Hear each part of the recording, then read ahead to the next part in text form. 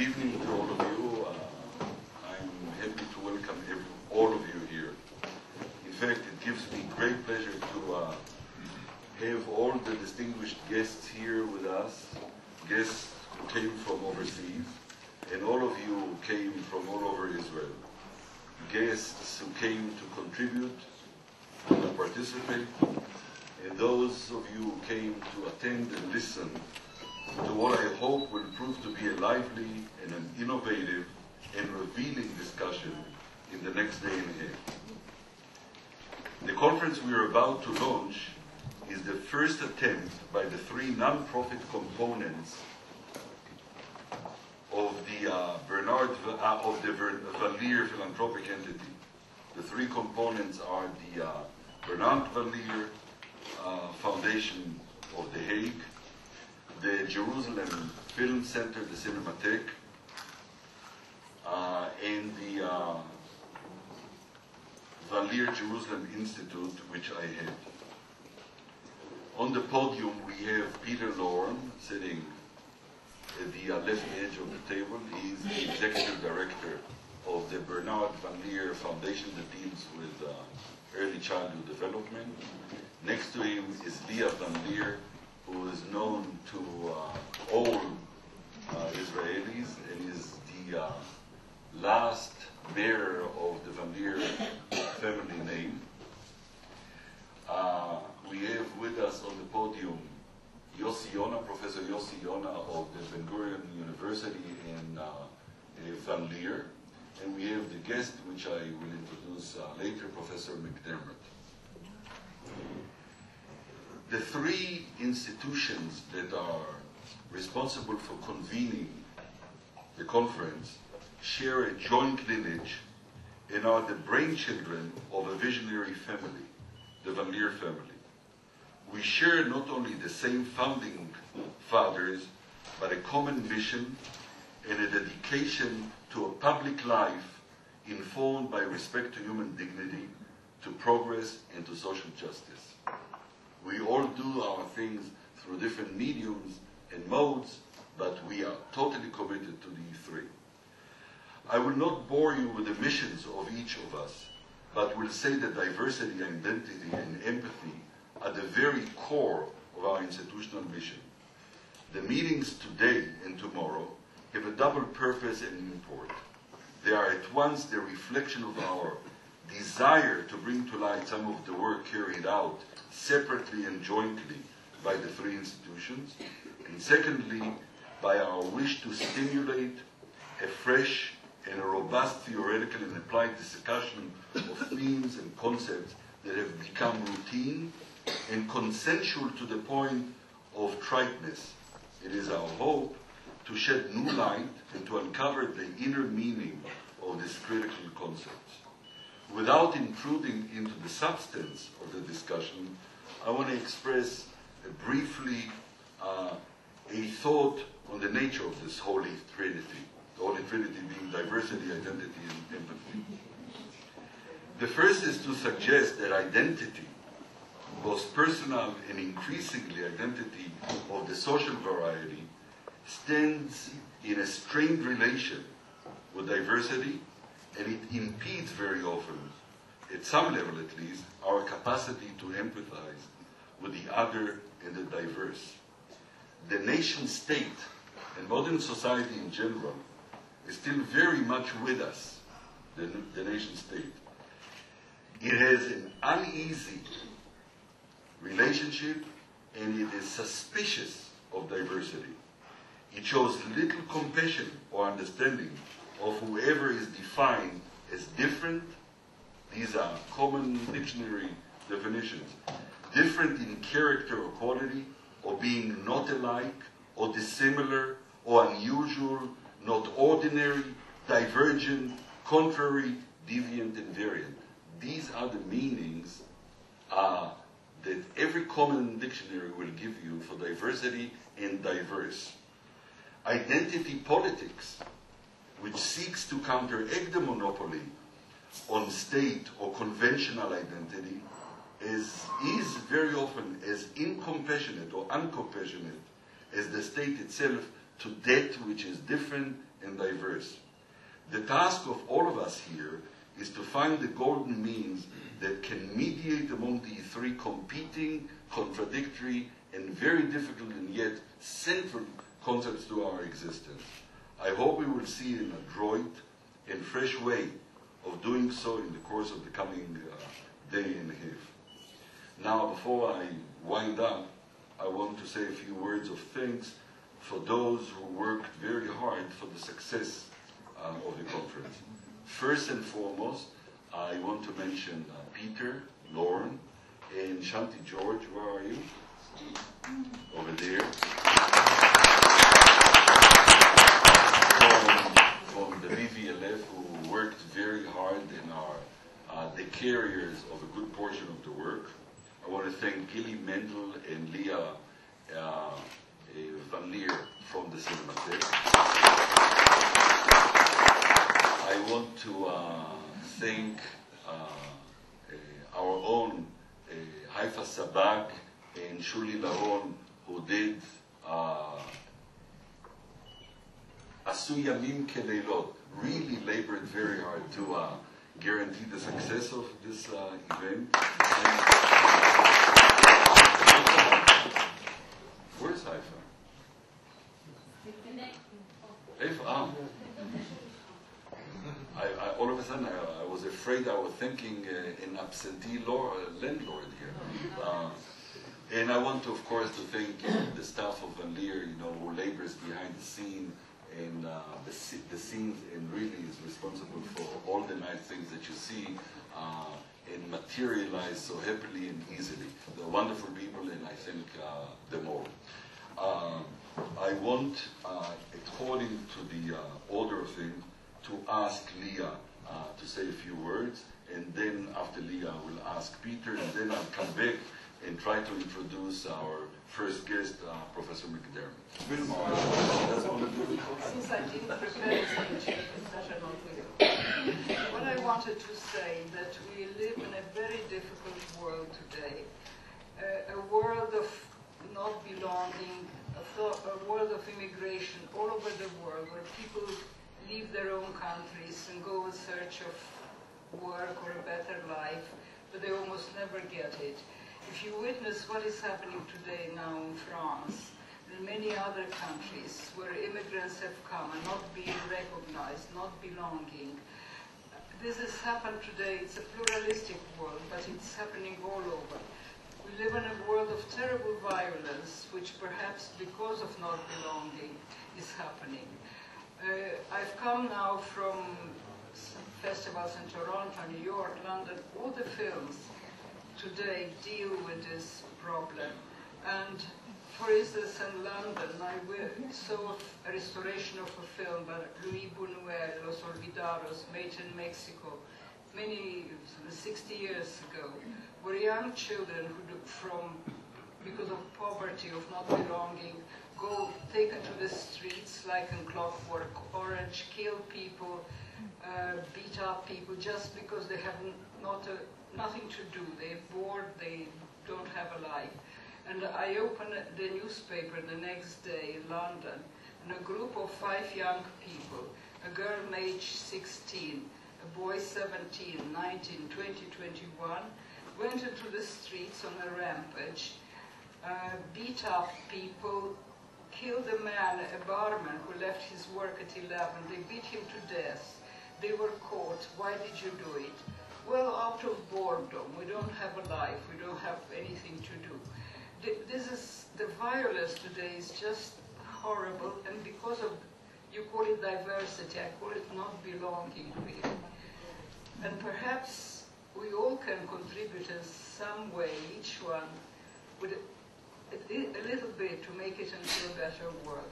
We are here in Jerusalem, where again, it is a city of conflicts, the conflicts between the secular world and the religious world, between the Jews and Arabs.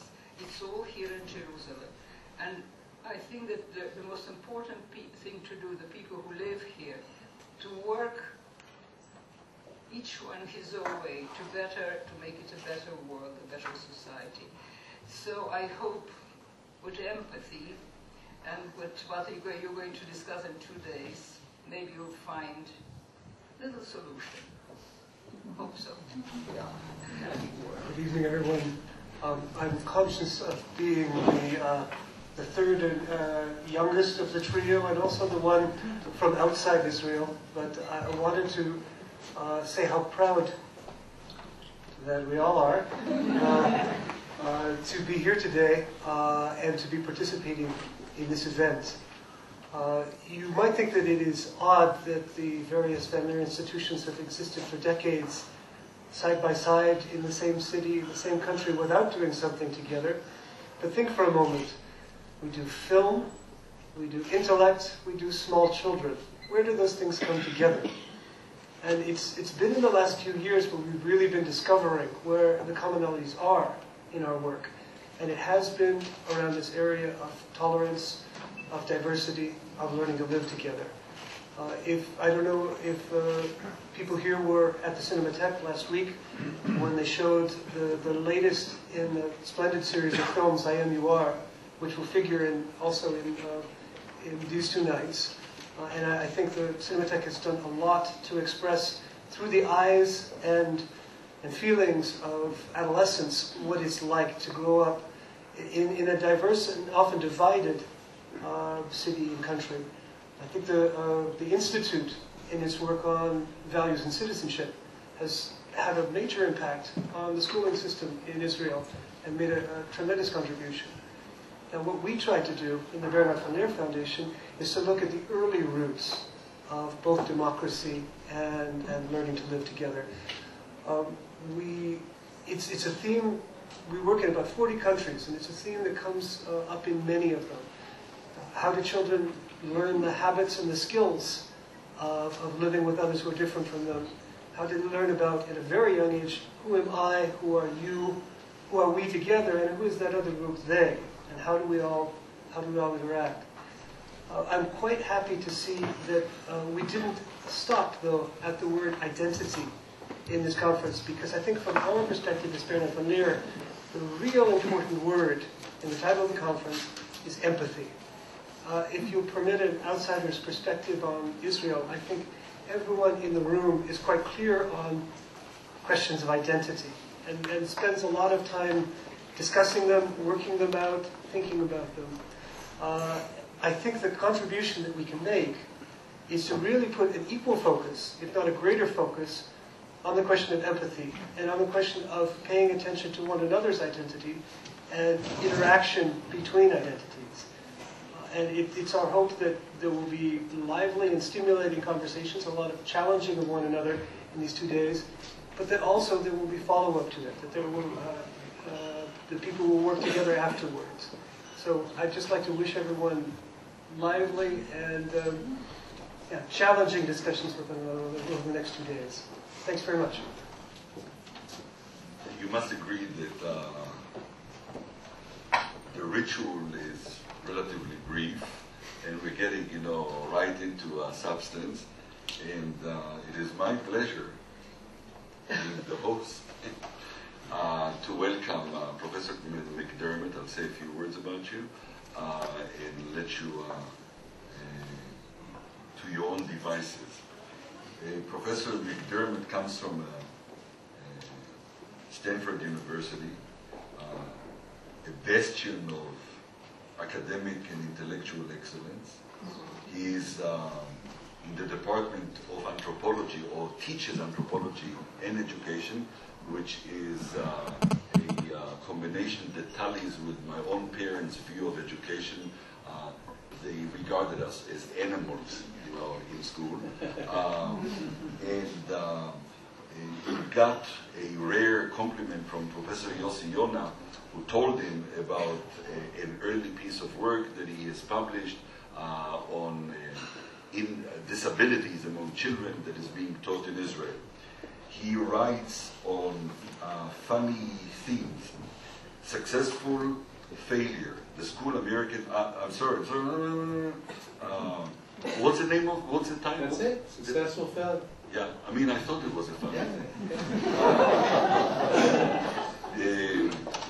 He wrote in praise of school children, another, daring venture, and the telltale body, speaking, reading, and politics of learning. I just, since I'm not in education, and I'm not an anthropologist, just by the title of some of his publications, I expect to hear an unusual vantage point articulated on a very important topic. If you're ready, we certainly are. Why don't you come? Thank you very much. So I want to tell you some stories. They have some relation to a bunch of research that I've been doing for the last 30 years. Please speak to the mic. Oh yeah, I have to speak into the mic. This is very hard for me. I don't like standing still, particularly while talking. But how much? You've probably never seen anybody do this before. It's not going anywhere. So. Okay, here we go. That's okay. Oh, I can take it out. Oh, I can see.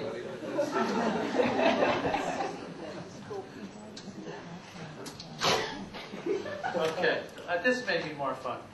I'm going to start at the beginning. In 1968, I set out to solve a simple problem. I was going to give it a couple of years. I knew I wanted to go to graduate school, I wanted to be a professor. But for a couple of years, I'd do education. I wanted to add equality to the great diversity of kinds of children in New York City schools. I thought it quite simple. I would teach. They would learn. Then they'd ride the conveyor belt of certification to academic success. If not all of them, then as many as possible, which would be almost all of them who would come into my classroom. I was young, concerned, enlightened, nice, stupid. I grew up in the neighborhood where I went and became a teacher. I'd gone to a nearby Catholic school. I'd learned to play ball in the very schoolyard where I was a teacher.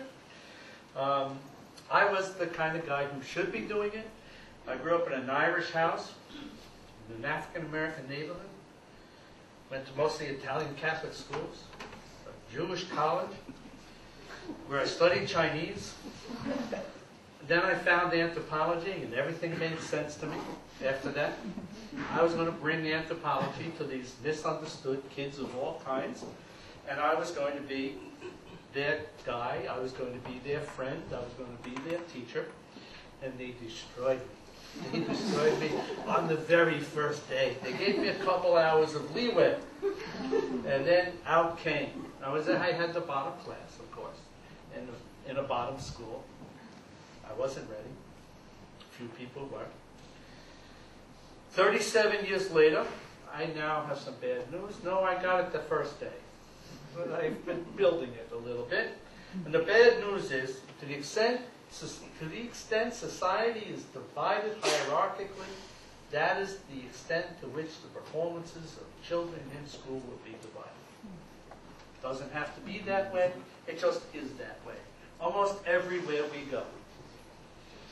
If society is deeply divided, performance is going to be deeply divided. You're going to have massive failure and massive success, with a huge gap in between.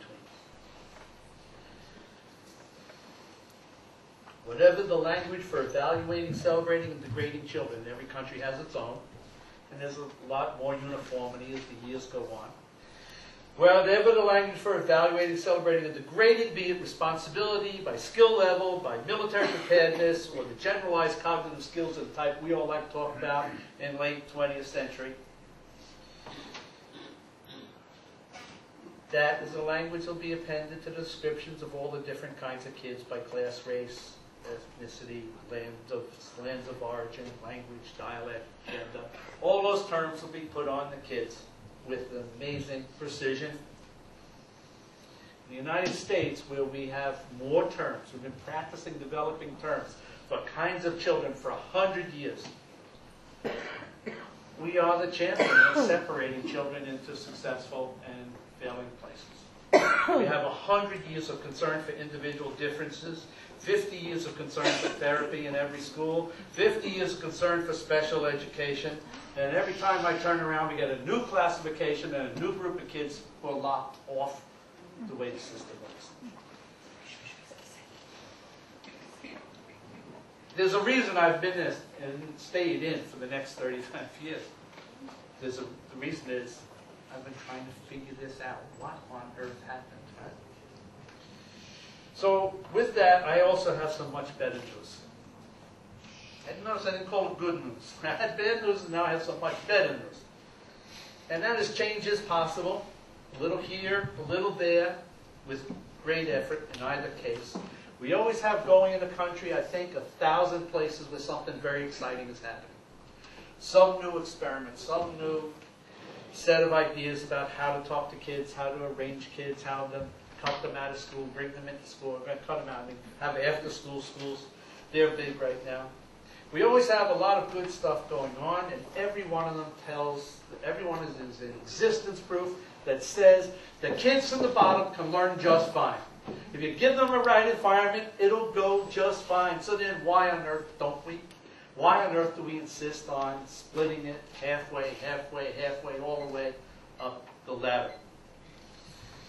So I'm going to use a few examples to derive some rules of thumb. Now, rules of thumb means not so exact. If I really had to defend these, I think I could. But that's not what we're about today. What we want today is to get them on the table, we get a response to them, and then your response to them, we'll see what happens. So rules of thumb for thinking, these they're not strong, they're not unique laws, but they may surprise you by the emphasis I give them.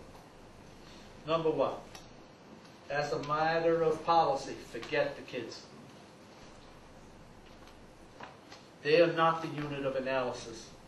I like the term unit of analysis, actually. They are not the unit of analysis. They are the unit of concern. They're the point of contact for pedagogy. But they are dependents. Literal dependents. They are analytic dependents. They are dependent variables. We, they're adults, they're educational professionals. We are what must be evaluated and analyzed. Work with the kids, love the kids, have fun with the kids. Leave them out of your analysis. Back off with the evaluation. 2, in dealing with children, we should try as much as possible to bring them into institutions that limit us to the question, what is right with them? We should give them relentless support. We should be like families. That's really what we should be doing. I've taught for 10 years in a department called Family and Community Education. It's very hard in schools of education in the United States to push anything other than schools. We're schools of schools, not schools of education. I know that at least 95% of what I learned, and I spent all my time trying to learn, I got 95% of it in my first 5 years, I'm pretty sure. The course was set. I learned language. Everything else is crumbs after that. Okay? The basic categories were all set by the time I was 5. Basic values were all set. My ideas about learning, my ideas about people, my ideas about responsibility, it was all set down. It doesn't mean it couldn't be changed. It doesn't mean you couldn't put me under bad circumstances where things could get much worse. I understand that. Everybody's wonderfully adaptive, but first 5 years, family education is what it's all about. Why on earth we have all this emphasis on schools is really upsetting, given, for example, that mostly what they do is to record the failure of so many. Think about it. Give it a couple million years of family education, everybody knows how to do it. Except under very dire circumstances. People lose their way, people lose track. There's a poor girl in today's paper gave up her baby. It was a very sad story, but she had no resources, nowhere to turn, etc.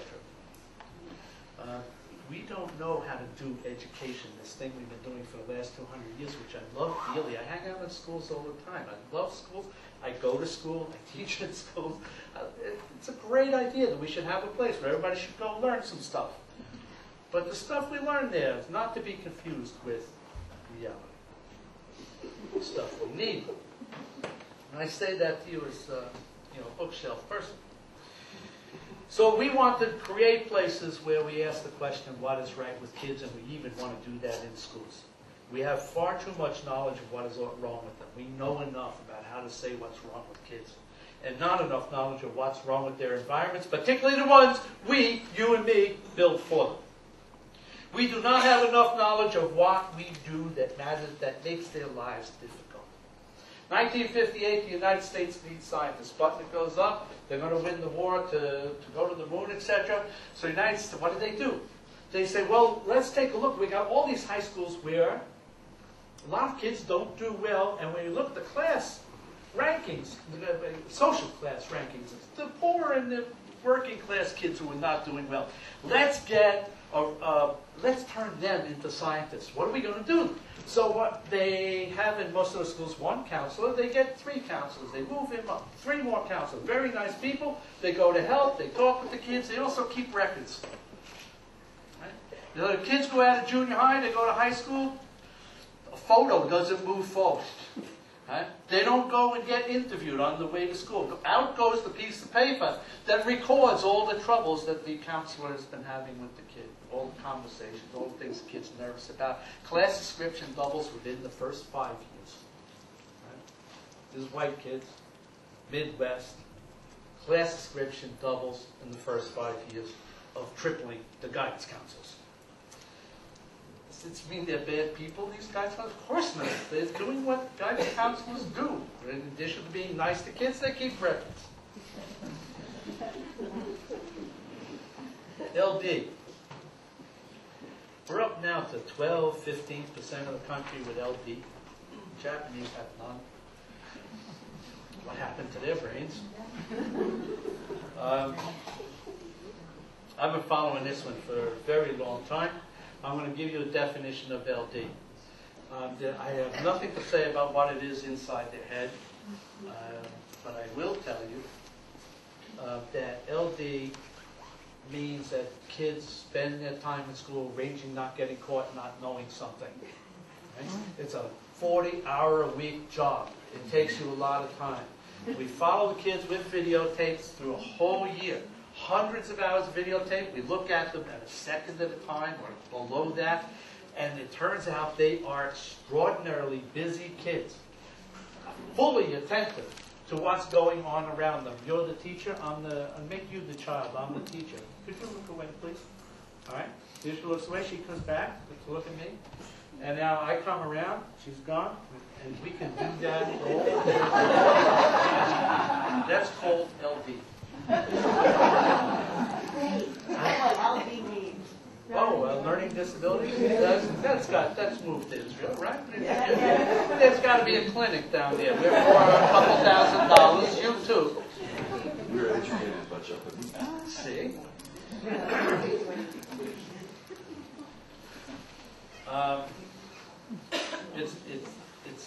LD is just really fascinating because it was the white thing to be, right? 30 years ago. It was much easier if you had a kid who was acting out, not learning, being in trouble. To call him LD was much easier than calling him stupid. I like that. It's a real preference. Or lazy, or morally broken. My son came home in the second grade and said, "Daddy, I'm the dumbest kid in the class." I had him in a very democratic school.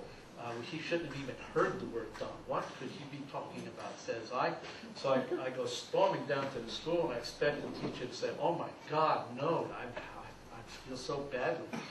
Instead, the teacher looks at me with a straight face and says, "Well, I've been wanting to talk to him." So I now know why he feels like the dumbest kid in the class.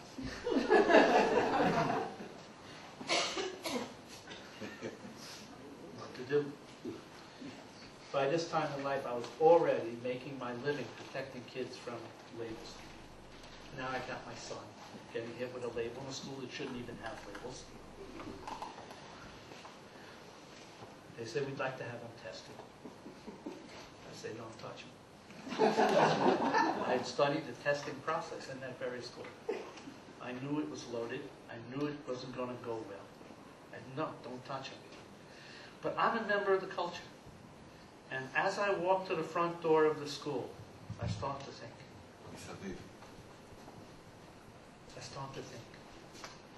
On his mother's side,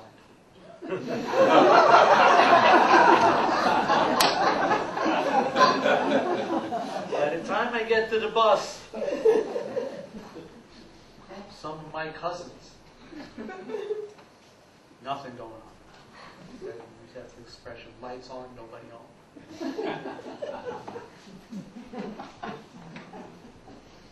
I get home, the assistant principal calls me and says, "Don't you want to help your son?" I said, "Yeah, that's why I don't want you to touch him." So it all works out well for us because I have resources. I bring them, I'm teaching at the local, working at Columbia at the time. I take them to Teachers College Clinic. They teach them how to read faster than I was, getting the job done at home. He got some good scores. We sent him to the school. It's a long story. But anyway, he learned how to read, how to survive, etc. Families find ways to say, "The kid's okay, let's keep going." And I see why schools aren't doing that. Well, maybe I understand why in graduate school we do sorting.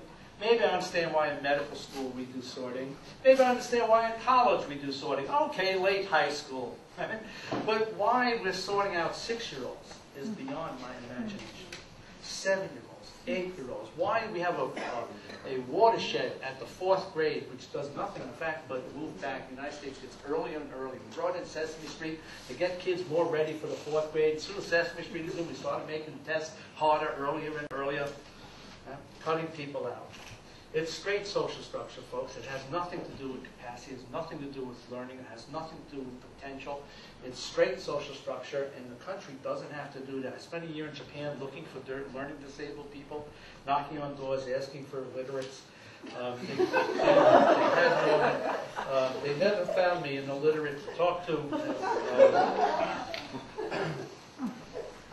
And the other nice thing is they have nobody who can't do change, who can't do reading, who can't do writing. They don't do the sorting thing until post-pubertal. Before that, it's really a very pleasant place to be. If liking children is one of your criteria, Japan is it. Okay, so we only did 2 so far. The third, in many cases where equality is enhanced, it is the adults who must go through the changes, not the kids. In varying combinations, parents, teachers, administrators, counselors, curriculum builders, evaluators can have their relations with each other and the wider world reorganized. If the adults are getting reorganized, you have grounds for talking about a school reform. If the adults are staying the same and then testing the kids at the end, you have grounds for disaster. No one is smart enough, resourceful enough, generous enough to change the world alone. You can't solve other people's problems for them, particularly when you're part of the problem. 4, primary responsibility is to make visible our own investments in the way things are. Often it is not clear where our problems are, never mind what to do about them.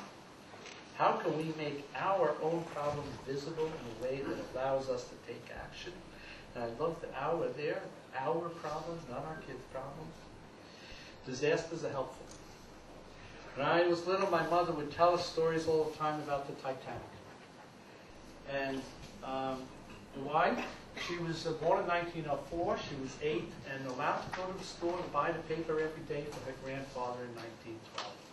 And they came back with all the stories about the Titanic going down and the people on the bottom getting killed and the people on the top getting out. Right? People on the bottom being lower prices, people on the top being higher prices. She lived in Williamsburg, Brooklyn. And the way she tells it is 1 block is Irish, 1 block is Italian, 1 block is Jewish, 1 block is German. All of them poor. And she didn't understand why those people were being treated that way. She never came to dislike rich people. She's never radical, not a political person, but had great passion for this. So in her 97th year before she passed away, if we woke her up in the middle of the night and said, "Mom, tell me about the Titanic," she would get a fury about it. I wrote a paper about my son's struggle. I gave it to my mother to read. And it was a very nice paper. It was all about literacy in her generation. Not literacy was just a natural thing to do. 9th grade education for my parents. My mother read on the 8th. We all went to college. We all got, four of us became college professors. My mother read a little piece of every book we brought into the house. My father read the 7 newspapers that New York had all those years. So it's very nice stuff about my parents, and then about my generation, where all of us use literacy not as ordinary stuff, but as stuff to climb with. Yeah, so I'm the fastest footnote this side of the Mississippi. And when I walk into a room, I say, "Hi, how are you? Have you seen this new book? Oh yeah, Foucault here, Bourdieu over there." Right? That's what we all do. Among us, we have about 50,000 books. We're sick people. This is not a thoroughly healthy life. On the other hand, it's the way we made it. Our kids, a third kind of literacy. Terror. Absolute fear of being behind, being slow, being LD, being caught not knowing how to do things, having to spend your whole life arranging not getting caught how to do things. When my mother read the paper and my son's story was in it, she yelled at me. She was 96 at the time. I printed up with big letters so she could read it. She said, "You can't tell the world this story." I said, "Why?" She said, "Because if they could be mean to him when he was a little boy, they can be mean to him when he's a grown-up."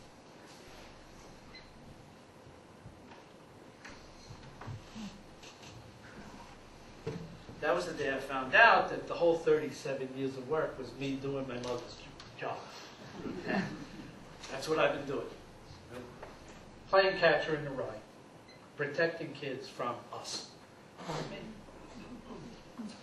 My son said he can hear it, which is good.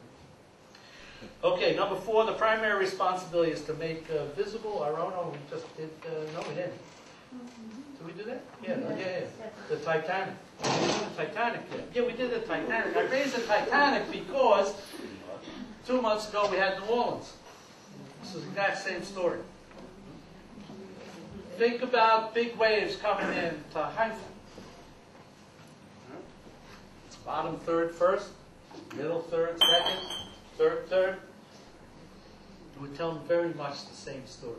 Not quite the same story that Bush should have told when he went riding around and saying, "Wait a minute, we didn't pay attention to global warming and the Gulf of Mexico is 2 degrees higher. We just had a hurricane, the kind we haven't seen ever before." He didn't say that. He didn't say, "How come we cut all the money for the levees so we could give tax breaks to some people who were on the other side of town and got out real easily?" Barbara Bush's mother came to town and said, "You know, if people at the stadium to have it nicer in their homes, what is everybody worried about?"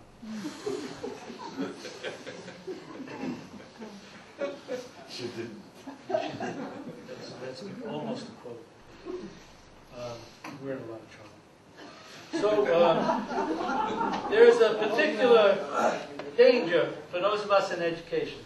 Because we work with the most delicate and most disenfranchised, it's easy to rely on our favorite ideas, and we need constant instruction from others about how to blow our favorite ideas up.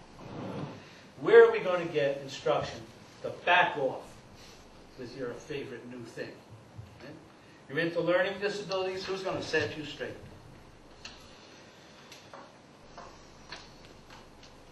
So I'm going to give you 4 examples. See that.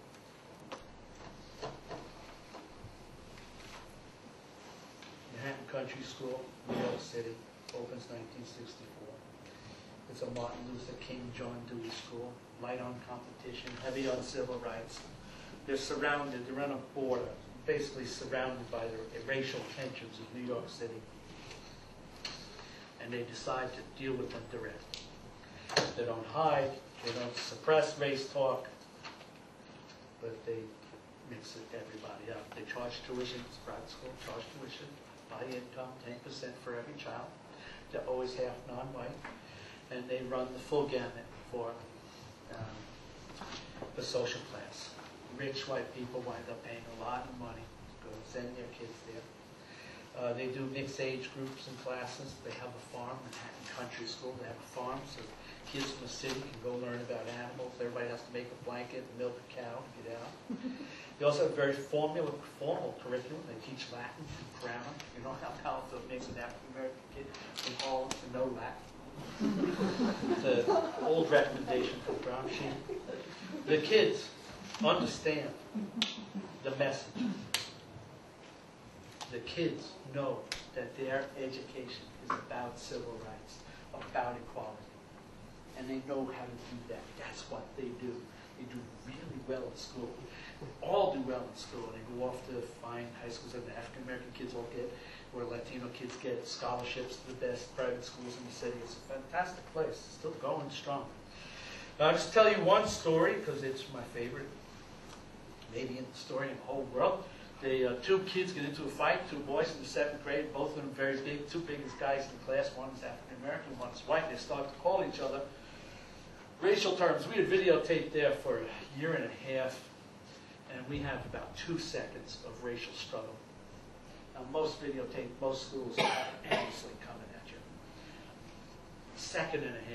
But this was one that wasn't on videotape. It was so wonderful. It was at the farm, and 4 girls ran out from the house. They heard this fighting. They ran out, got between the boys. They said, you can fight, but you can't call each other those names.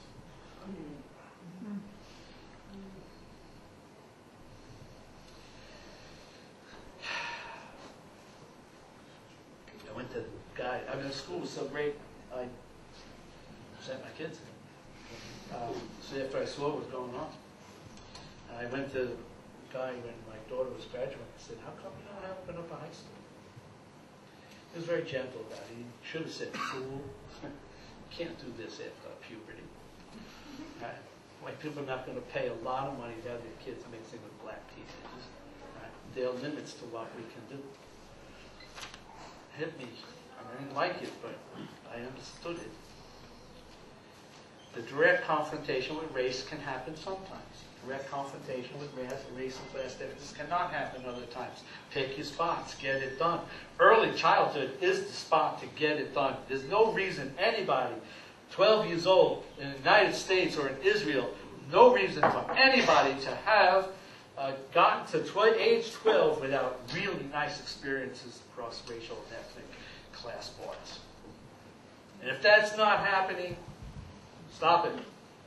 Change it. Fix it. College for Human Services, also in New York City. Harlem. Bad neighborhood. Worst set of kids in a new school. Worst set of kids basically out of Spanish Harlem. But they take everybody. And they say, well, these kids are missing purpose. Let's give them purpose. They kick them all out and get them a job. 3-4 days a week they go to a job. They work in animal shelters. They work in old age homes. They work in daycare centers. One of them got a job with the congressman, the United States congressman, one of the most powerful people in the country, became like a right-hand kid for the congressman.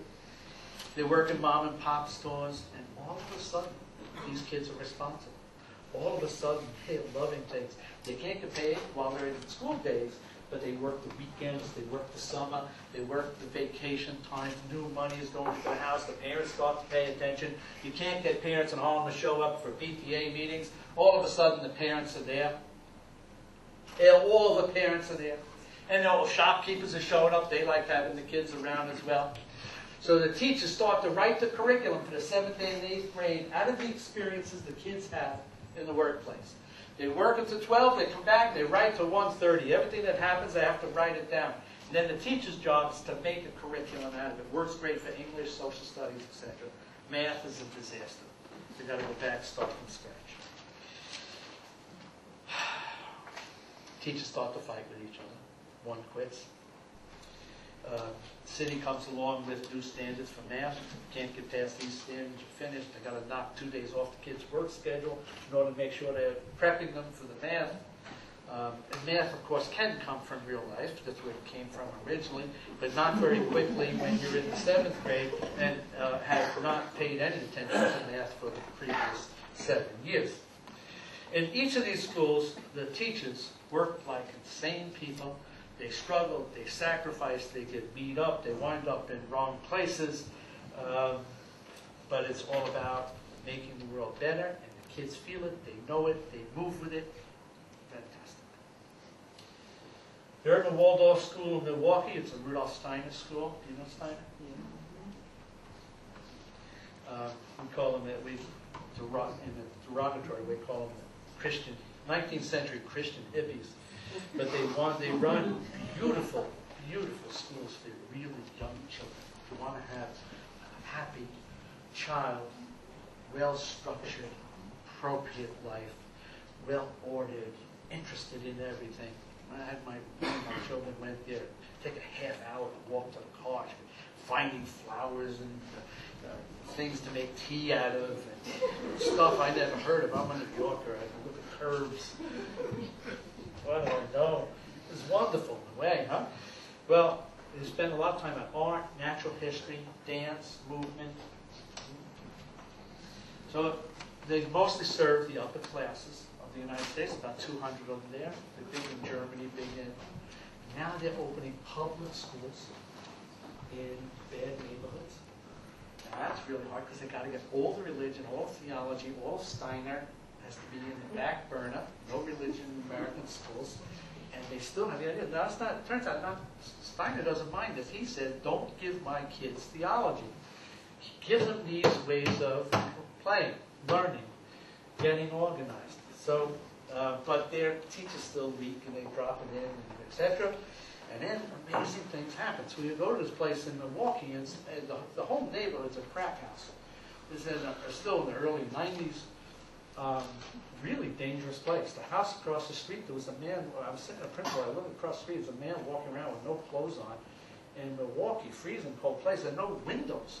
Right? No windows, not just broken glass, there are no frames in the windows. Everything's been ripped out and sold. This is the kind of environment these kids are coming out of. Teachers meet them at the front door, shake their hands, they draw, they move, they worry about their breathing. Right? They have them playing musical instruments. Reading scores skyrocket. They hardly teach reading. Reading scores skyrocket just out of the change, I assume, in social relations and looking occasionally at a book is more than enough to move you up the hierarchy in American schools where so many people are doing so very good. Now, what about the teachers?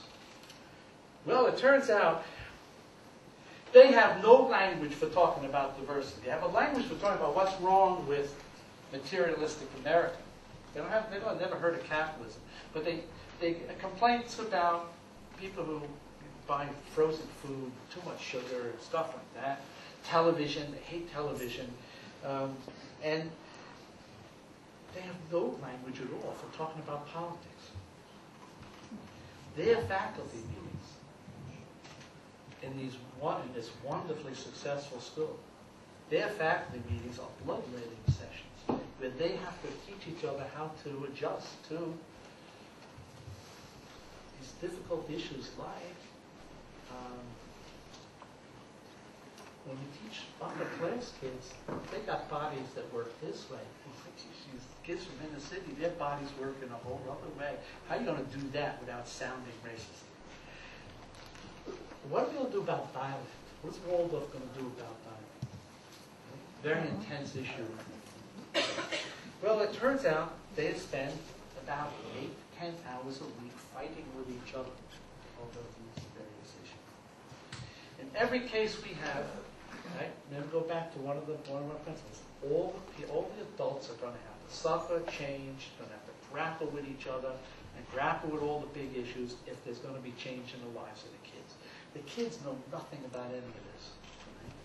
They know they show up, somebody loves them, greets them, gives them sensible work, and next thing you know, they're being hailed all across the city as great learners. Do we have time for one more? We're getting tight here, right? One more is good. One more. I love this stuff. You have to throw me out of here. 90% of the kids are out of math by the end of the 10th grade in the United States. If you stay in math past the 10th grade, or basically, if you get through calculus, you will make $1 million more than the kids who are sitting next to you in your life. Right? It's an amazing thing. So hot dog, let's go get some inner city kids a bunch of math, and we can make some kind of change. So this is mostly my wife's work. Sheldon Goldman also teaches at Stanford, and put together a bunch of proposals. All of a sudden we had this ridiculous amount of money, and we built computerized systems for kids learning math that were based on middle school. It's called Middle School Mathematics Applications Project. And the applications means we wanted kids working on real-world problems using math. So we give them a floor plan and say, okay, build a house. And then we watch them do it. And we watch the computer people do it. And the teachers work with us, the kids come in, they talk to us, and we figure out what kinds of problems they have. Instantly, we got social class problems. We say, actually, we really do it. We said, make a summer house. Guess who doesn't have summer homes? Now, there are two kids from the middle class, two kids from the working class talking to each other about how to make a summer home. The middle class kids want a 3-car garage for the summer home. The other kids don't have a car or a garage. They don't have a home, as a matter of fact. So they really severely disliked each other. So we had to move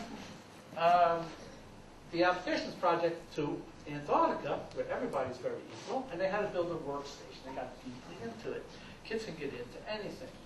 And all kinds of fun things happen. Mathematically, what happened is they had to build a thing and heat it for 10 years. And they couldn't spend more than $150,000 doing it. And we had kids who had dropped out of math in the first grade. Now, 6 years later, sitting talking to another kid saying, listen, if we increase the amount of insulation, we'll have to pay much less for the cost. The costs we put in here will bring costs that changes in X, will result in changes in Y. And having these conversations, we have to bring the algorithms, attach them, and turn them into mathematicians, but we got the conversations we want.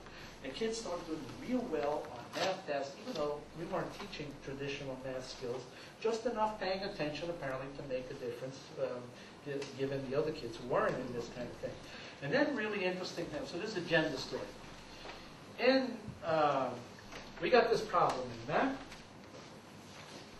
The boys,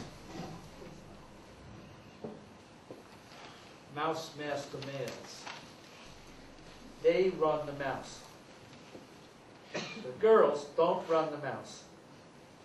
And every time we come home with our video, we videotape all this. So we constantly change it. We built this stuff over 8 years because we take us 2 months to make something, put it in the classroom, then we bring home, look at the videotape for a month, and then we change it, put it back in the classroom, and over multiple iterations it all changes. But one thing doesn't change. The boys run the mouse, and the girls kind of look around. So we look very carefully at the videotape, and it turns out the girls look around only when they're not telling the boys exactly what to do with the mouse. Boys are not learning anything because they're spending all their time going, and then the girls say, no, up a little further.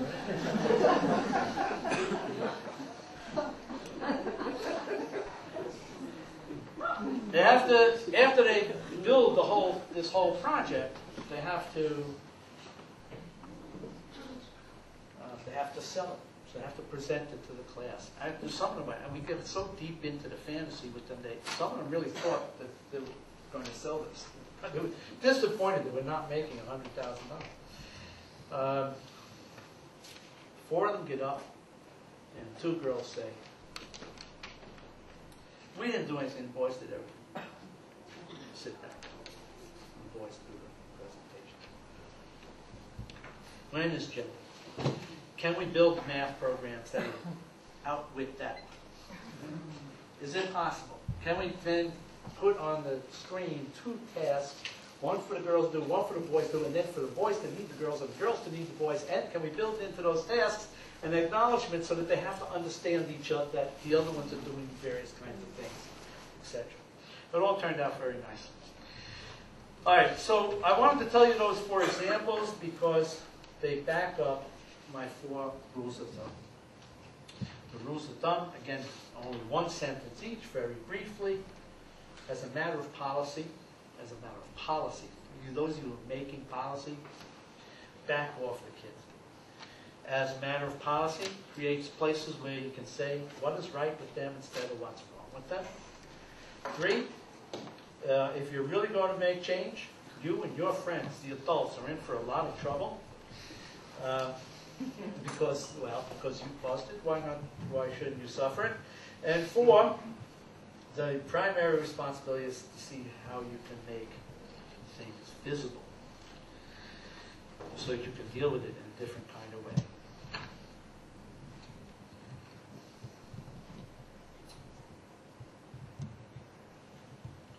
I want to give you one story and I'll sit down.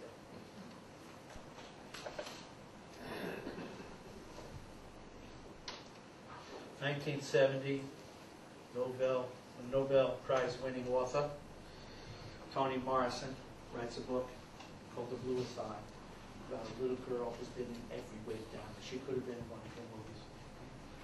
Every way down. Oh, okay. Writes a book called The Bluest Eye. A little girl,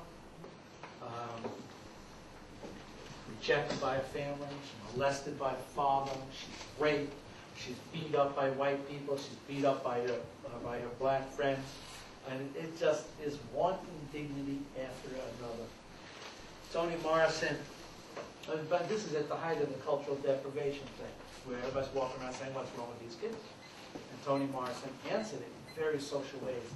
But Toni Morrison is different than the rest of us and is trying throughout, struggling throughout the novel to not fall into those traps of saying, well, it's not only does this kid have a bad environment, but this is now a bad kid. Right? That's the deprivation thing. Not only does this child have a broken environment, but now he got a broken kid. So in 1993, she writes an afterword, and she says, I tried very hard, but I didn't make it. I tried little techniques, but they didn't work. One problem was centering the weight of the novel's inquiry on so delicate and vulnerable a character could smash her and lead readers into the comfort of pitying her, rather than into an interrogation of themselves for the smashing. It's very easy to pity the kids. If you're a nasty person, you don't pity the kids, you feel them.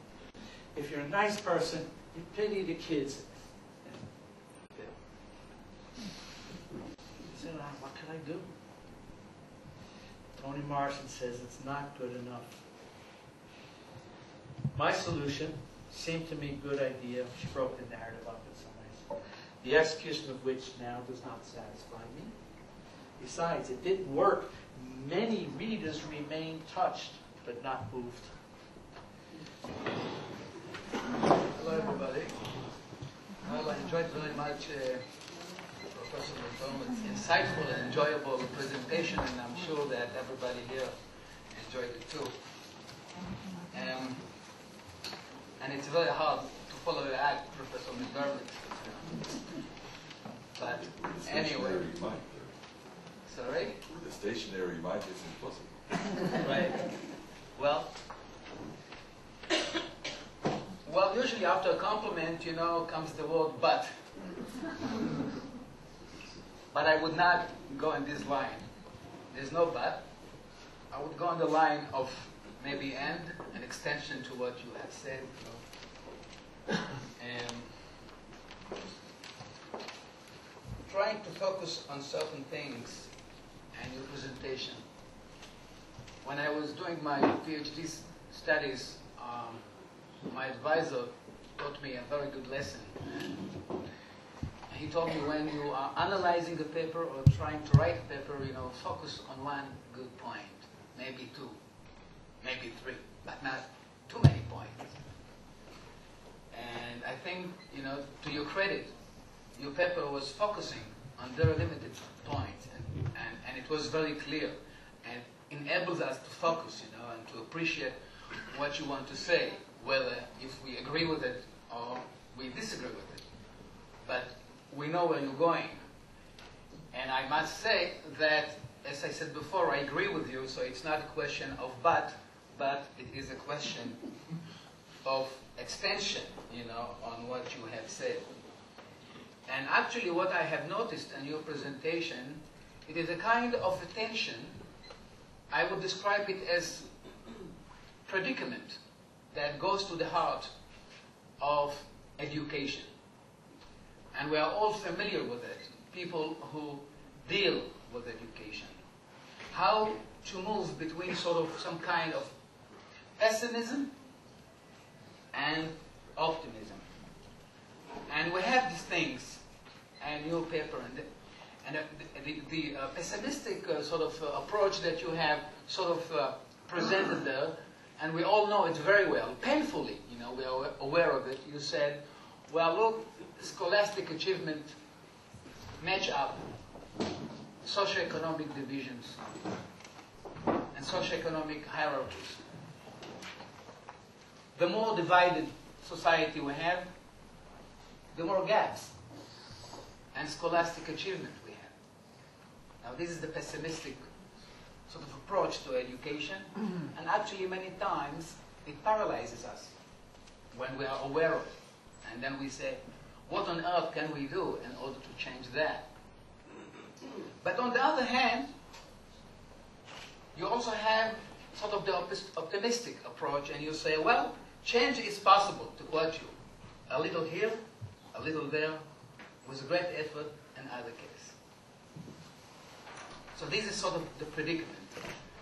And just imagine, and I'm not a teacher at school, I'm a professor at the university, and I have to teach teachers. Partly because I don't know how to teach children.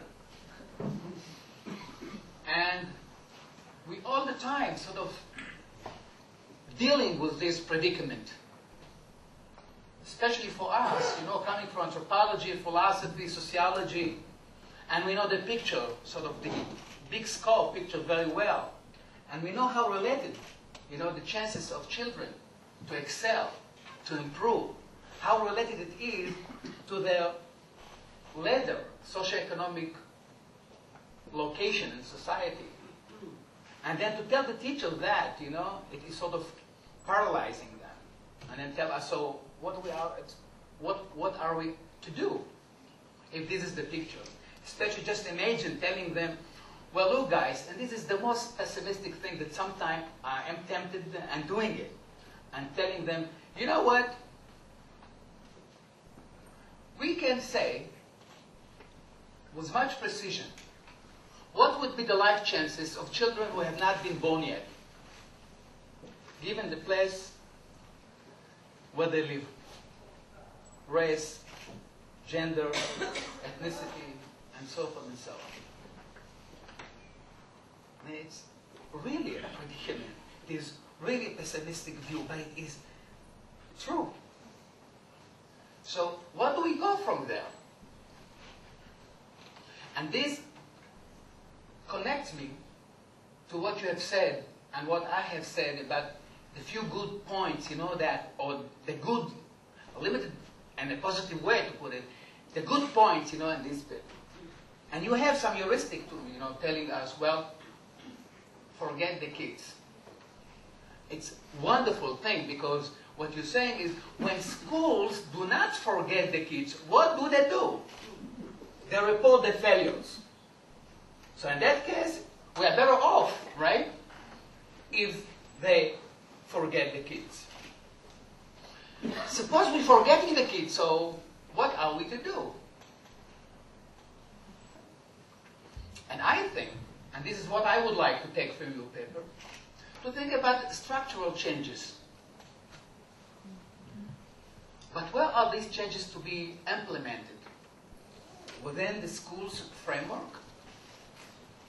But we should forget the kids. And therefore, I do believe, and I think that you, more than hinting in this direction, I'm wondering if you would espouse to this view that if we are talking about structural changes, it should be, how surprisingly, not within the school framework. You talked about teachers, about parents, about people in the community. It is they who ought to be reformed in order for the kids to succeed.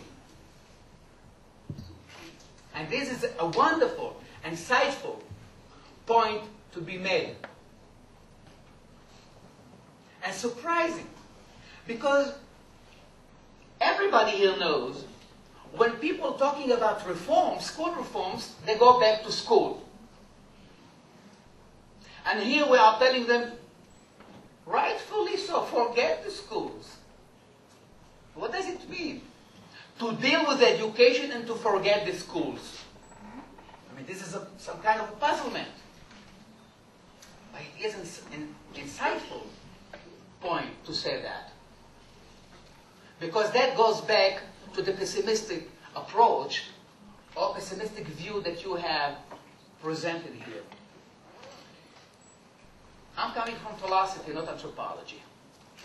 And as I was thinking about your presentation, because you have sent it to me through the email, and not surprisingly, I was thinking about Plato. The Republic of Plato. How is it related? Because Plato says the wonderful, insightful thing that there is no just person and a very non-just society. In order to have just people, you have to have a just society. In order to have a just society, you have to have just people. And this is the analogy. If we want to improve significantly scholastic achievement of children, we have to have just society. The dramatic change ought to be taken outside of school. Meaning that the very idea of imagining school as an exterritorial entity is dubious, is false, is fictitious, it's impossible. And this is what most reformers do. They go and come up with reforms having to do with schools, forgetting about society outside of school. It is as if exterritorial entity. We have it in the States. We have it recently in Israel, the Dovrat reports, talking about schools. Imagining that they really can alleviate the problems facing Israel's educational system without touching on the surrounding reality. Now, what is this surrounding reality? What are the main characteristics of that reality? And we know it very well. It is not unique to Israel. It's becoming more and more a characteristic of all social democracy, previous social democracies. What do we have? Domination of neoliberalism, deepening socioeconomic gaps between rich and poor. But more than that, poverty, divisions are not color blind, are not gender blind, are not ethnicity blind, are not national blind.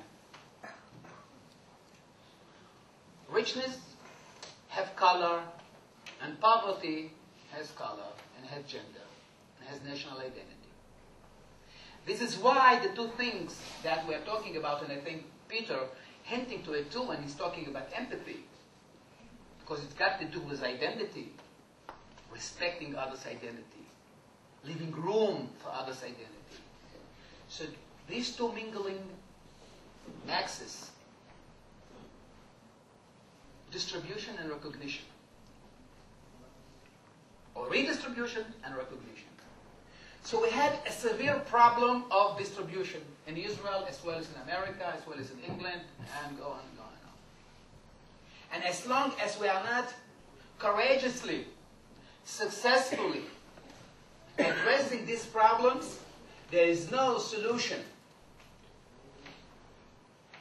to gaps in scholastic achievements of children. There is no real solution to the problem of lower or meager life chances for poor children. Just it is impossible. And of course, because then we're stuck. You know, when I'm talking to teachers, I said before, she says, and usually it is she who says that, right? What do you want me to do? I'm not a socioeconomic reformer. I'm a teacher. And I'm doing my best. And is it okay? Isn't it fine if I can save one soul? And I say, well, it is wonderful. And I really mean it. It's wonderful. But this is not a social reform. It's very much appreciated. Very much applauded. But it is not a social reform. There's no reform in education without addressing extra territorial. Exactly. Thank you. The context. And this is our problem. But then I'm touching on one. I touched on one aspect, which is distribution and redistribution. If we do not redistribute, we do not succeed in the field of education. Clear and cut. And I think this is the examples. I mean, this is the lesson from the examples that you have provided us with. The Titanic example is wonderful. And the Haifa example is wonderful. Right, if Katerina hits Haifa, Ha'ir, Hadar, forget about them. And the Carmel will survive. Lower deck are forsaken. Lower deck and the education system are forsaken. Instead of giving them life chances, we analyze them.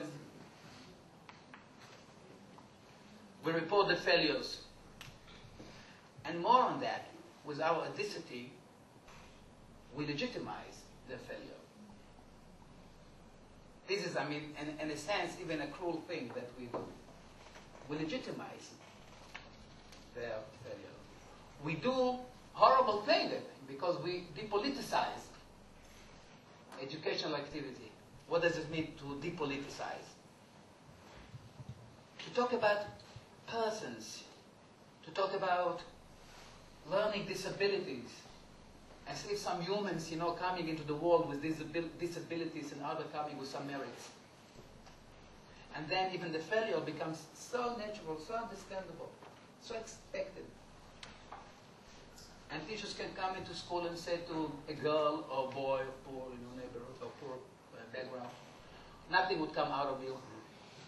You're not good enough.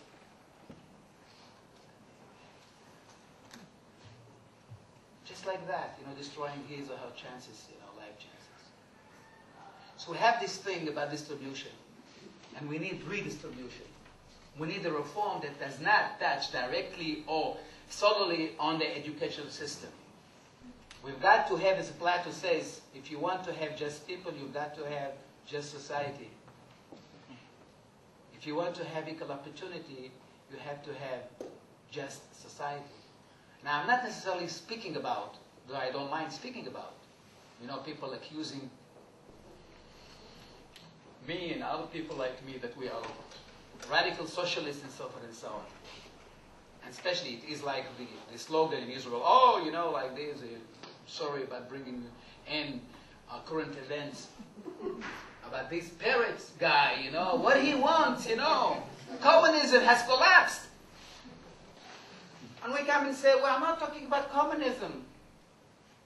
There are some enlightened, advanced, more just, more harmonious societies in Europe. How about Denmark? We're not talking about Russia. And so you see all the demagogues in the newspapers, what do you want? You know what happened to Russia? Yeah, I know. And I'm not agreeing that. But we have other examples. So we have that. We need redistribution. And again, and I think that, again, it has to do with what Peter says, we need multiculturalism. We need empathy. Because we all know it very well. We all know it very well. Money is not a sufficient condition for school reform. It's It's not a sufficient, it is a necessary condition. Because we have to address problems of low expectations of teachers according to gender, ethnicity, race, and so forth and so on, and so on. And I think neither Israel nor other countries have done enough on that line. Because we are still, and I'm sorry to say it, in Israel we are still speaking about the melting pot, and there is denial and refusal to speak about differences and what ought to be done in terms of differences. And then you go to a school curriculum and you see that over and over again. When, I'll give you one example, and it's a very telling example.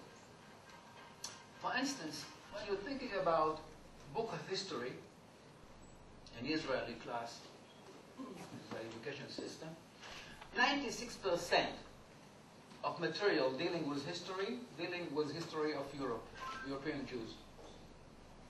Only 4% dealing with the history of Mizrahi Jews. Why? Think about Arabs. With this last program called the 100 fundamental or basic concepts or whatever, concepts. You go and you find out, you open the 100 concepts for Arabs, and what do you see? They have to learn about Zionism. There is no recent history about Palestinians. Nothing. The Palestinians really exist. Really. The political arena, the outside arena, it's very much developed. It is right in the open. But if you open those books, it's if it is the time of Golda Meir. There's no Palestinian entity. This is how lagging is, the school system after current political reality. It's amazing. And I read it in Arabic, and I saw what's written there. It's amazing. So this is, in a way, a lack of respect. This is a lack of empathy. We need that. So we need, again, redistribution and serious multiculturalism. In order, indeed, to create an atmosphere, to create a system that can assure not equal, but close to equal, relatively equal, life chances for children. And I think this is, in a way, and you will have, of course, the right for the last vote. This is what I have learned from your presentation, though it has been focused on what happens in the United States, but in my way of generalizing it, of extending it, as I said before, this is what I would take from your paper vis-a-vis Israeli education system. Thank you. Anticipated a lively and certainly different presentation from Professor McDermott. I knew that we will have a very lively rejoinder, but I'm afraid that you let Professor McDermott too easily off.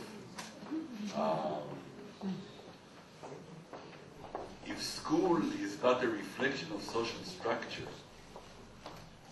it has absolutely no input in altering social structure. Yossi is right to ask, where are we left? And the second question that we have to ask ourselves, can we discuss education in class, in school education, without a proper view of the last 150 years? We cannot be ahistorical and start the discussion with the last punch that was thrown. Now, I feel very awkward to be in the position of the spokesman for a liberal educational concept. I was not thinking about Plato, I was thinking about Rousseau. To look at education as a repressive system is, however lively the presentation was, an innovative view. The question is, did education, liberal education, in the wake of the Enlightenment, alter the world?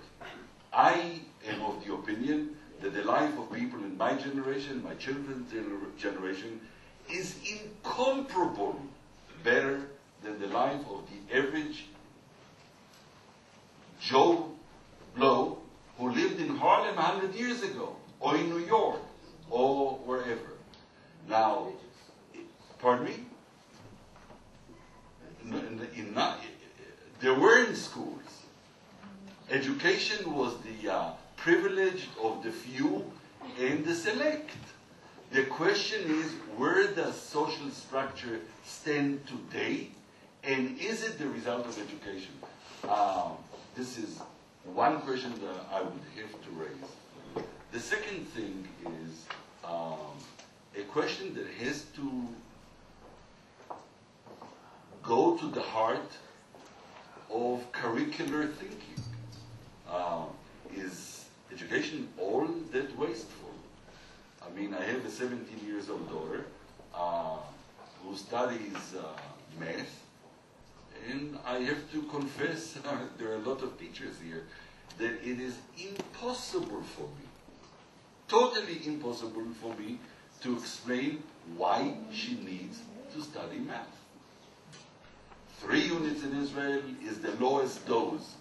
4 units is for middling people. I don't understand why anybody should study any of that. But I am still laboring under the old prejudices that incline me to think that not having math leads to much worse consequences, practically, politically, socially, from a stratification point of view, than laboring to study what seems to me, still at my age, as a totally superfluous subject. We have to try and understand what really is the sum total of in-class education, and I hope that we will have some questions dealing with it. In any event, for my part, I want to thank both of you for wonderful and animated presentations. Let's have some questions. Yeah. Can you say who you are? Negev Institute for Strategies of Peace and Development. I would like to say something about those points made by Yossi and Yonah, because I think that they're very much in place. I'm not educated, I don't want to become involved in questions of curriculum, but I think that when you look at our school system today, and when I say school system, we can begin looking at preschools as they exist. They very obviously are shaped by the ethos of the time, by the zeitgeist of the time, what the emphases are, what has been forgotten. Our children may be learning much more math than they used to, but they certainly know less and less about the world, and what the world is about, and what life is about values. We do not educate our children. We teach our children to operate in the kind of society that we have. And in that society, what counts is competition and being able to compete. And you compete by knowing certain things, and the rest are not important. And naturally, as long as the society puts the emphasis on that, you will have exactly what was described by Yossi. I know this is not a political forum, but one can hardly resist responding to that. If you want to ask, we are all willing to hear the question.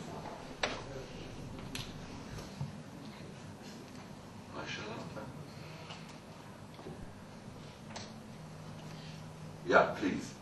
No, I think I was very inspired by the two presentations, and I think that they complete each other, because as Yossi, Yonah was referring, the context of the education is the Titanic, and the Titanic, we were giving it as an example, and I think that maybe it's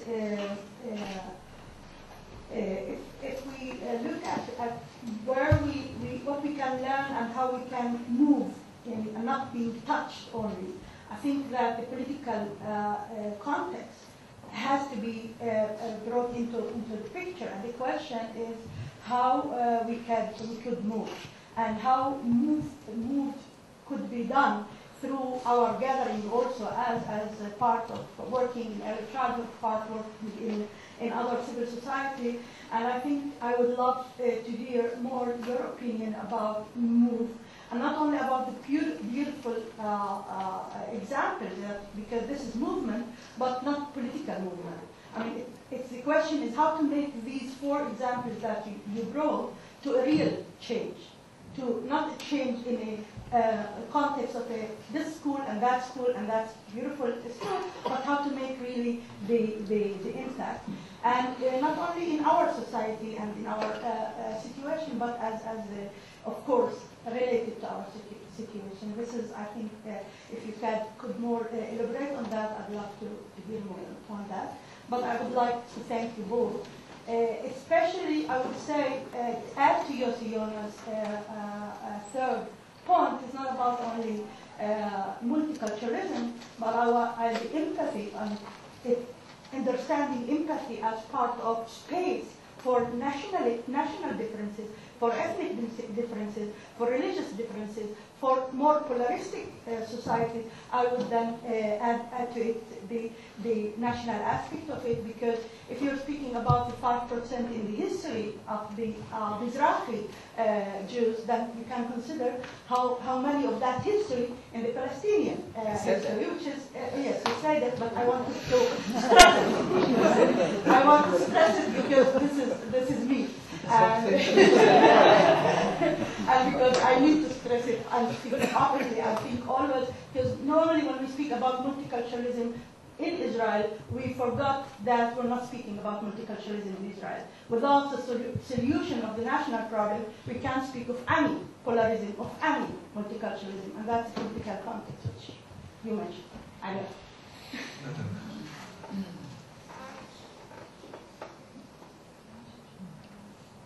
I see it's very quiescent or acquiescent. Yeah, please. Yeah, just some remarks. Can you say who you are? My name is Shivach Almaya. I'm not a professional in this side of education or anything like that, but I'm a father to 4 children that grew up in Israel and had the experience of them studying in a school, and always had this assumption that it's not the school, it's the house and the neighborhood that makes the kids succeed in school. And the teachers are there, but they are not really contributing much to this education of the kids and to the learning of the kids. And 2 of my kids are what you would call have learning disabilities, and all of them studied in universities, etc. So it's not this. But the problem that I have here is we all come with the problems. Nobody came with a solution, a practical solution that will be like an invention. The difference between invention and solution is that invention is a complete, a perfect solution. There is nothing that will be accepted by all of us. There is no system for such a big system like a schooling system in a land like Israel or America that will be accepted as something which will be an outer system. And this is the problem. It's not that, okay, everybody wants it to be better, but how? Change the children. That's what we are trying to do all the time. To change the parents. Well, we have to change the parents, but you can't convey this message to the establishment, and you didn't succeed. Nobody succeeded yet, and nobody came up with a solution saying, "Hey, guys, this is the solution." As a young parent, I remember reading a book written, I think, by the chairman of Sony, was it? And the title was 3 years is too old, or something like that, in which he says that after till the age of 3, everything is set already in the mind of a child. I don't remember exactly, but this was the theme. It was Tiger Woods' father, actually.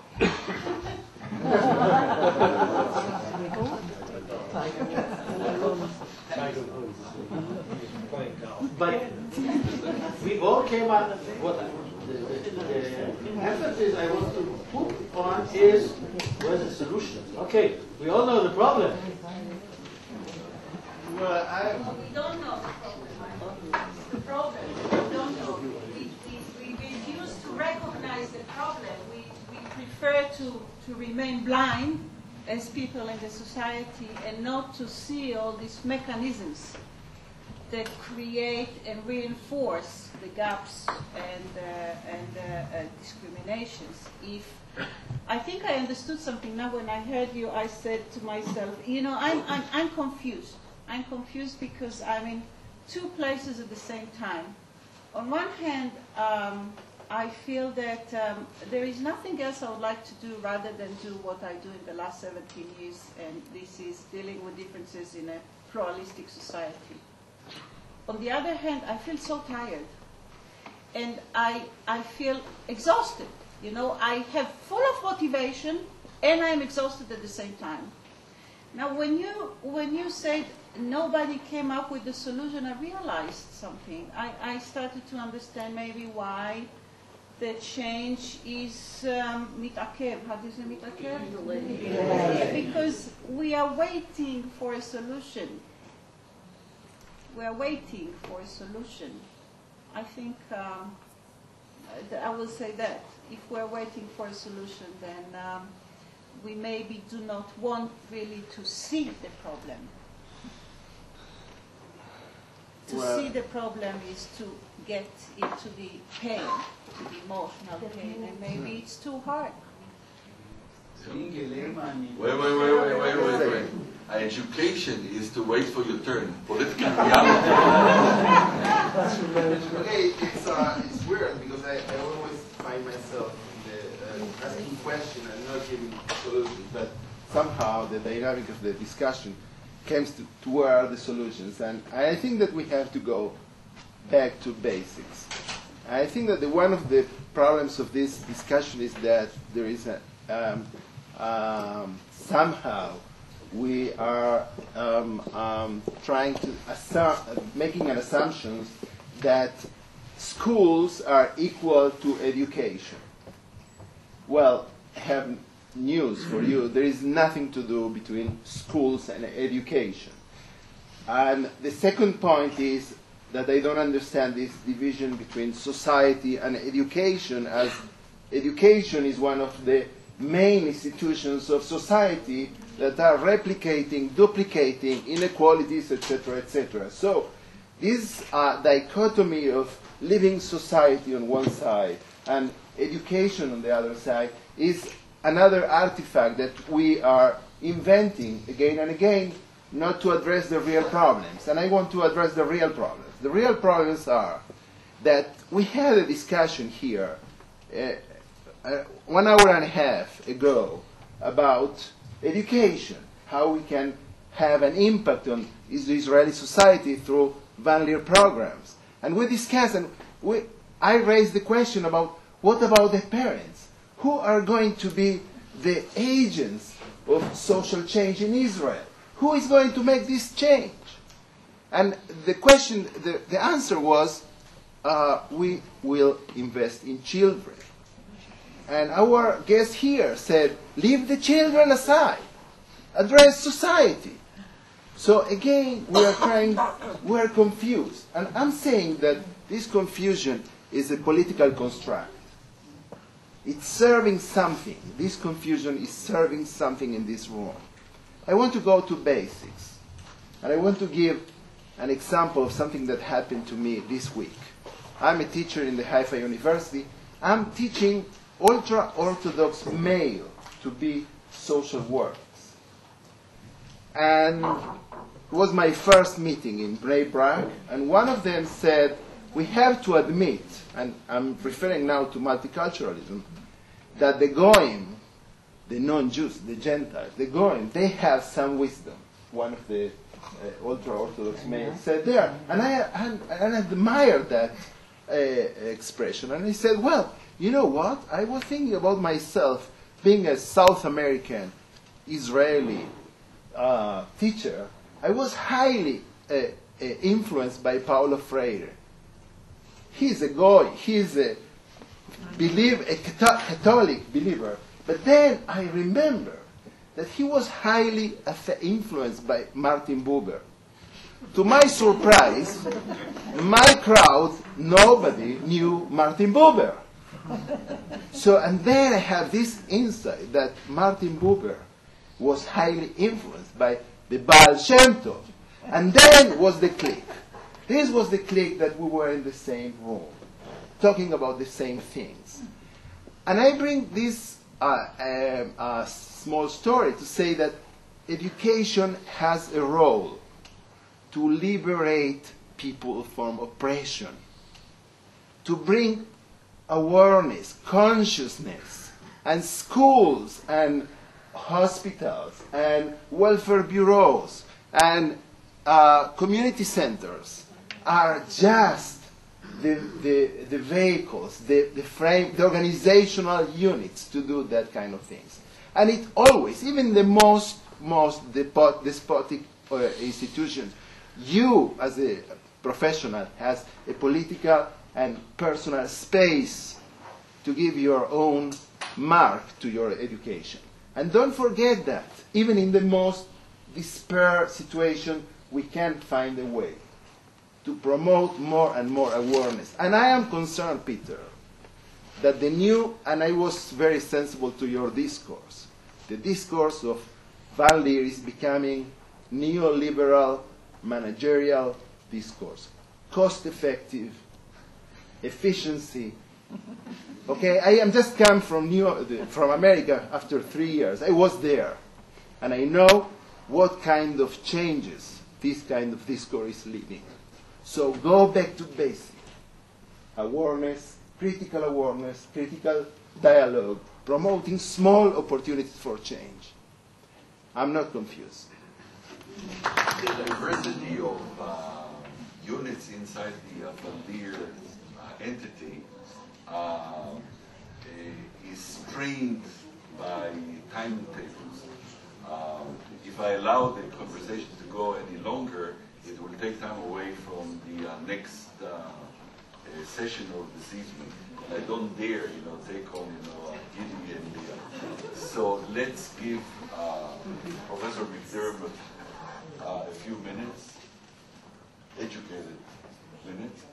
Yossi, if you want to say something, and then we will move to the next. I want to ask another question. What do you do in this country where you have the school system, the religious school system, which is completely separate from the national school system, where you sort of brainwash the children from the early age to a way of life which has nothing to do with the reality they live in? Yeah, you were listening to Mr. McDermott. All educations do nothing but brainwash. So in the question of which brainwash and not like a mouthwash you prefer. But this is a question that will lead us, nowhere now. Please. So, what I wanted to accomplish with those remarks was to get everybody to comment and say pretty much the things they said. I still was surprised by the diversity of the comments. It would be interesting. I'd like to see a show of hands. How many of you suspect that I would really disagree with all the disagreements? Probably nobody disagrees. Okay. So there we are. You agree with all the disagreements? Of course I disagree with all the disagreements, and that's my dream. And that's why I hang out in schools. It's why I love schools. It's why I work on schools. But it's also why I want to reform the schools. And I also know that dreams, very nicely stated, can sometimes be used for some bad purposes that we need to clean out. I'm now reading. I can't even read anything in the 20th century anymore. I'm so excited about stuff from the Enlightenment. I'm up to my ears in Diderot. He's got a copy of most of the encyclopedia. I don't know how those guys managed to know all that stuff. Without teaching assistants. That's right. And well, without schools, as a matter of fact. But I'm not preaching that we get rid of schools. I'm preaching that we clean the house. Right now, you have to know that George Bush, not the previous one, Clinton, who's, I adore in many ways, Clinton was to the right on every major position. He was to the right of Richard Nixon. Right? The whole country has moved so far to the right that things that when I grew up as a little boy, to salute the flag and all the statements that were made about equality and citizenship, and I was a Cub Scout, and I loved all that stuff. I quit the Boy Scouts because they weren't serious enough. I really believe in all this stuff, and to have these guys, manipulating it, twisting it, bending it, and I see the colossal divisions in the United States getting bigger by the second, and I see my favorite institution, education, getting used in all that. And I can imagine what Jacques the Fatalist would have to say to this ridiculous charade that we have going on. So I'm surrounded by PR that does violence to my most fundamental beliefs. So I need to get out. Now, but no, I can't get out. I am here for to stay. I'm going to stay forever working on these education problems. But it turns out, here's the real lie in what happened today. I didn't give you my opinion. What I really did today was to give you a readout of the kids I study and who live in those classrooms. Now, if this was a seminar, I would go 100 hours. I have a videotape here. And we looked at those kids, second by second by second. And I wouldn't state an opinion till tomorrow, until it was over. My opinion is, just a lot of noise, but it was fun for getting things organized. But I got to tell you, it comes from watching kids getting ripped apart in the very institution that should be enhancing their life and helping them along. So I want all the things you want.